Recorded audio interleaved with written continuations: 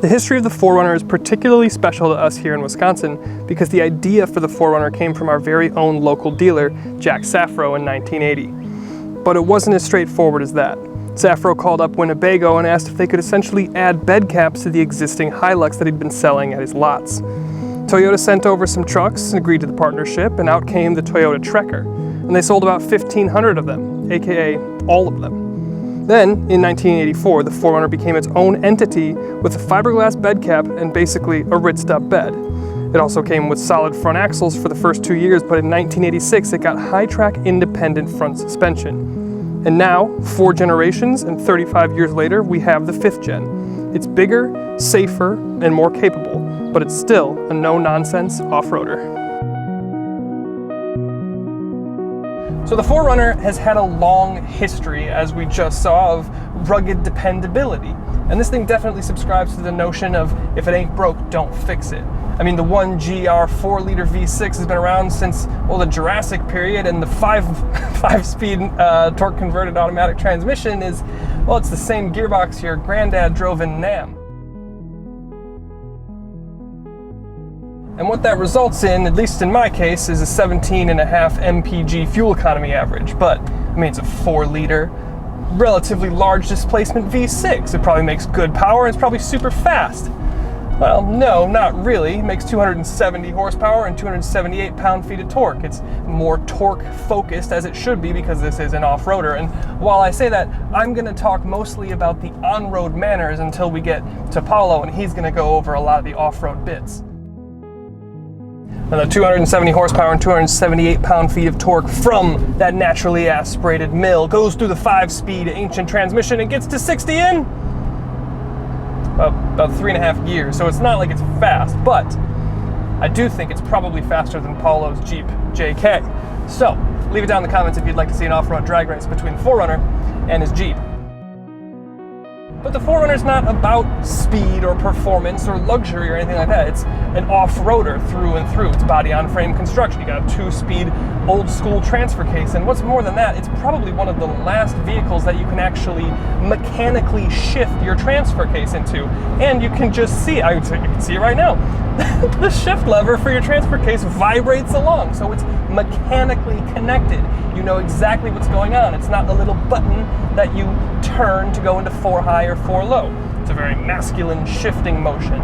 And it's kind of cool to see it jiggle and vibrate around, so you know it's actually connected to the transfer case. But like I said before, I'm gonna let Paulo talk about a lot of the off-road stuff with this thing. What I want to talk about is something that people don't really talk about a lot, and that's the on-road manners of the 4Runner. Now, if you really want, you can go ahead and buy a new 4Runner right now. You'll get gouged for MSRP at the dealer, but that's beside the point. What you can do right now is, as of last week actually, you can get one of, and I'm not joking, 10 different trims for your 4Runner, because they just added the TRD Sport, and I have opinions on that, let's say, but go watch that video if you're interested. Now, the thing about that is you have 4Runners to varying degrees and varying focuses. So you have your base SR5 that you get a 2-speed transfer case and a symmetrical 4-wheel drive system, but you don't get things like multi-terrain select or crawl control.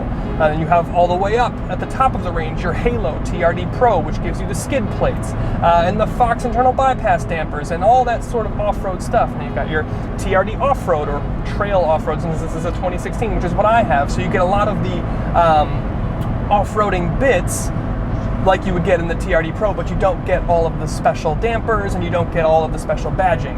Now, I also have the TRD Off-Road Premium, which means I get the Softex leather seats, which is really nice, and honestly, I would always want to have that.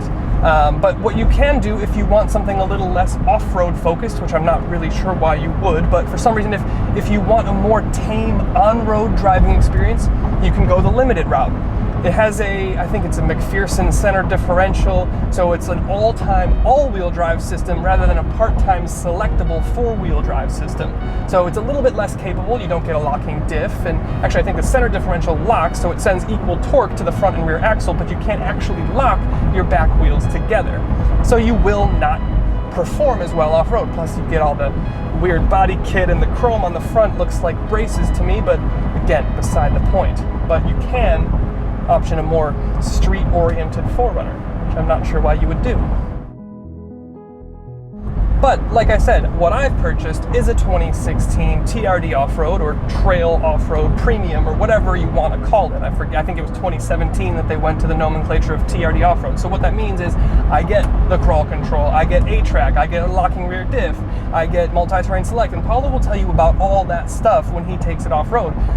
But what I'm talking about here is on-road. Again, I didn't want the limited because I want the off-road capability. But what this translates to is this is a very old truck-based SUV. So your driveline, your engine, and your exhaust is pretty coarse. It doesn't sound very good. Your transmission is kind of daft and dumb, but it gets the job done and it's reliable. Steering feels like you've been sitting on your hands for about 3 months, and well, the seating position's good. You sit up real nice and high, but then I've put a roof basket on the top of mine, and basically over 75 miles an hour, it sounds like I'm in the middle of a hurricane. So it's not great. What I will say is actually there is one sort of saving grace about the on-road performance. I did option the BFG KO2 all-terrain tires, so shout out to them. They have been fantastic all the way around. They've been great and pretty quiet on road. We've been on the highway here, and I don't know if you can hear a lot of road noise coming in, but Paulo's got Nitto Ridge grapplers, which I think are a bit noisier, and they've been great off-road for the stuff that we've done so far. But what I'm talking about here is the KDSS, Kinetic Dynamics Suspension System. Now, interestingly enough, the KDSS system is not something that you can get in the Halo TRD Pro. You have the Fox bypass dampers and they smooth things out a little bit, but the KDSS is actually really nice here on the TRD Off-Road Premium because it's a hydraulic fluid. There's a lot of science behind it. I'm going to butcher it, but I'm going to keep it pretty high level. There's a hydraulic fluid that kind of goes between your dampers and stiffens things up on the road, so you have a little bit more control. And then off-road, it does something else. But again, I'll either let Paulo talk about it, or if we don't talk about it, there's too much science and we're too dumb to understand it. So ultimately, what it results in is a truck that is, well, it's pretty refined, to be honest. There's a bit of noise that comes in from the cabin, but the tires are pretty good. The suspension in the KDSS is a welcome improvement from the traditional floppy pancake stack that you would get from an SR5 or something like that. And honestly, I don't mind it. It's slow, but I don't want it to be fast, and it's capable off-road, which is what I want. So let's meet up with Paulo and see what we can talk about. Okay. Well, it's finally here. My 2016 4Runner. See, I don't know if it's Trail Premium or TRD Off-Road Premium. It's 2016, so I think that's the transition year from when it went from Trail to TRD Off-Road. It means the same thing. The only difference is, well, we'll get to it in the interior, but I don't get the TRD script and embossments. What do you think? Yeah, I love it. I think it looks awesome. I've been a big fan. I mean, I know they haven't switched up their, well, this is a facelift. Yes, so yeah, so the original Gen 5 was 2009. Right. So this is 2016, the facelift was in 14. And then, I mean, I've done a few things to it, as you can see already, but I've got B-roll from when I bought it to now, and you can see the differences. But yeah, a couple of the things that I've done so far.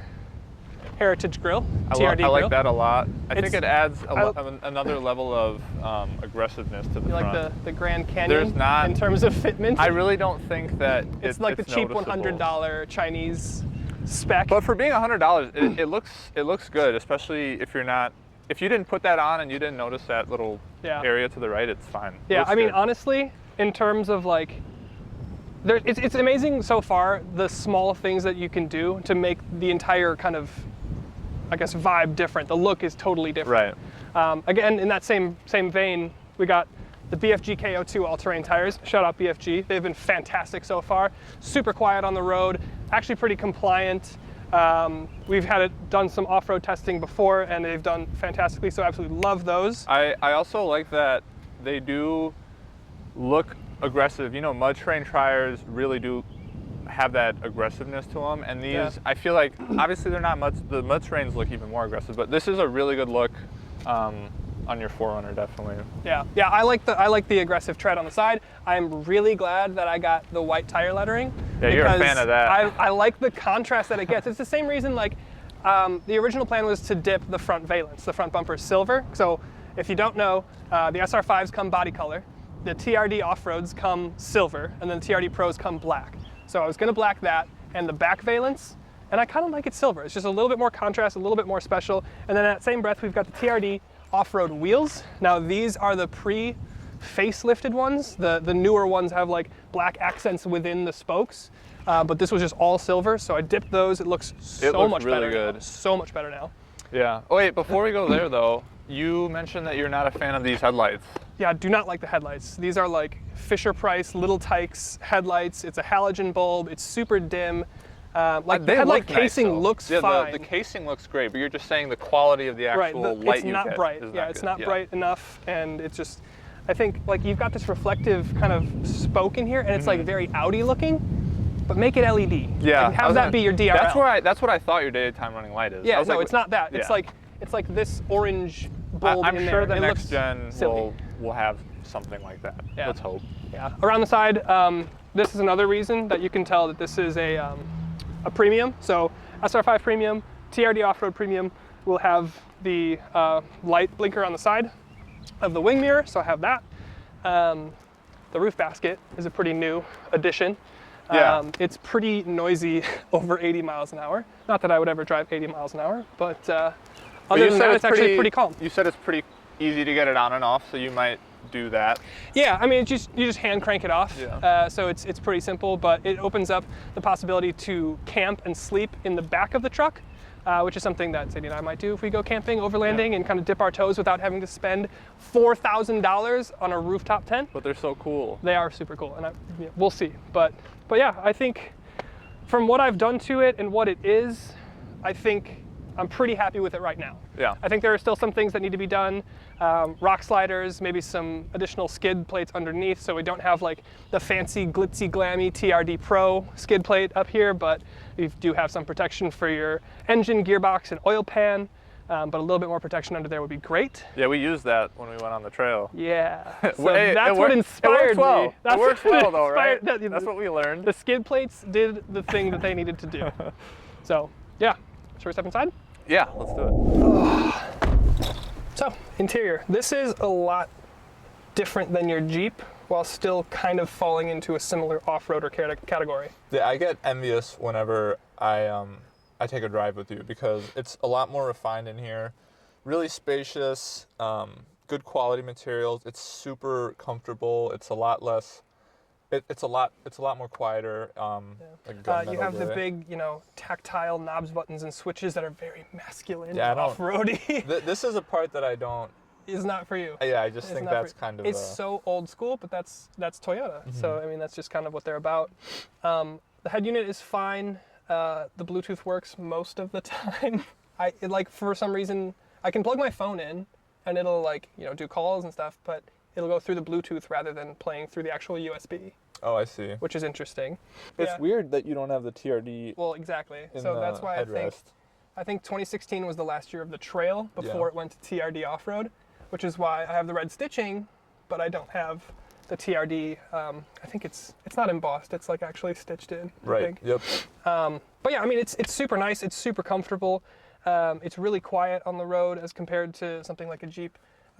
Good legroom in the back as well. It's really spacious, like in every seat. Yeah. The thing about the back is it is like stadium seating because like when you sit back there, you have plenty of legroom, but you're actually kind of hurting for headroom. Mm-hmm. So like you actually sit up higher than you do here, which is kind of interesting. But you have a little cutout for your head up there, so you have more space.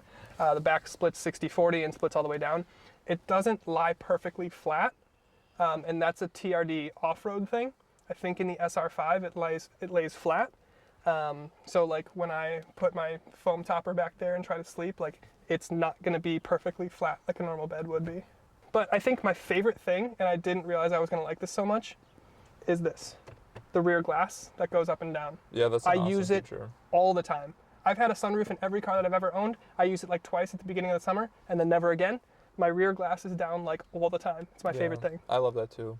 But yeah, ultimately it's nice, it's comfortable, it's big, it's a more overland-centric thing than a wheeling thing. And I think the last thing I'll just say is, so my Wrangler's a 2015. My ride. And you definitely just get a lot more refinement in here. Better infotainment system, Bluetooth connections, things like that. Like it's just It's just, you wouldn't say that the cars are a year apart looking at them. But I get that's like that's what Wrangler is going for. But yeah. Yeah, cool. That's it. Love it. What I'll do now, give you the keys, and you'll take it off road. Let's do it.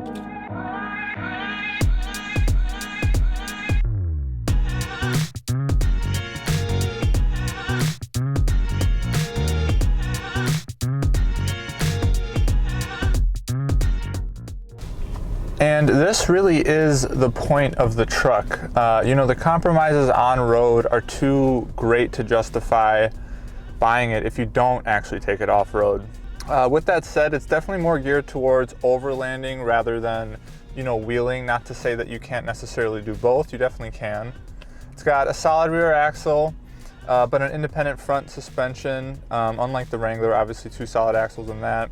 So it means that you have a little bit more refinement day to day, but a little less capability when you're going through some of the more difficult obstacles. We got a 5-speed transmission, a 2-speed transfer case, 4 high and 4 low. This is equipped with the locking rear diff. And it also has ATRAX, or active traction control. What that basically means is that when one of your wheels has lost traction, it automatically applies the brake to the wheel with no traction, allowing it to send power to the wheel that actually does have traction. This also has hill descent, in case you ever need to use that. It also has crawl control, which basically, it also has different levels of crawl control, and that just allows you to focus more so on the steering, which is a pretty cool feature as well. It also has a multi-terrain select. You know, so for a company that doesn't really like technology or to be innovative, there's a lot of useful gadgets in here. The 9.6 inches of ground clearance isn't massive, but like we said, it's more geared towards that overlanding crowd anyway. It has a 33-degree approach angle and a 26-degree departure angle. It has a front skid plate cover for the engine, the oil pan, the transmission, but it's not that noticeable TRD one that you're probably used to seeing. Matt also mentioned the KDSS, but you have regular coil springs and dampers, you know, none of the fancy Fox shocks here or anything like that. So out of the box, I think that this thing is extremely capable, especially for the beginner to moderate rider. You know, I think it's perfect for your overlanding adventures, and, you know, with some slight modifications, it could give you the ability to do some of the more moderate to difficult courses that are out there as well. But I mean, I think it honestly is equipped with everything you could possibly need on some of your adventures. Yeah, I love it. So with tires and a lot of cosmetic modifications made already, it's time to start thinking about capability and more livability for some of our more longer-term camping and overlanding adventures. So from a capability standpoint, it has me thinking about things like aluminum front bumpers, potentially rock sliders, and maybe even down the road a little bit, some suspension and lift upgrades. And then as far as livability, we need to make sure that camping and overlanding is comfortable no matter where we are.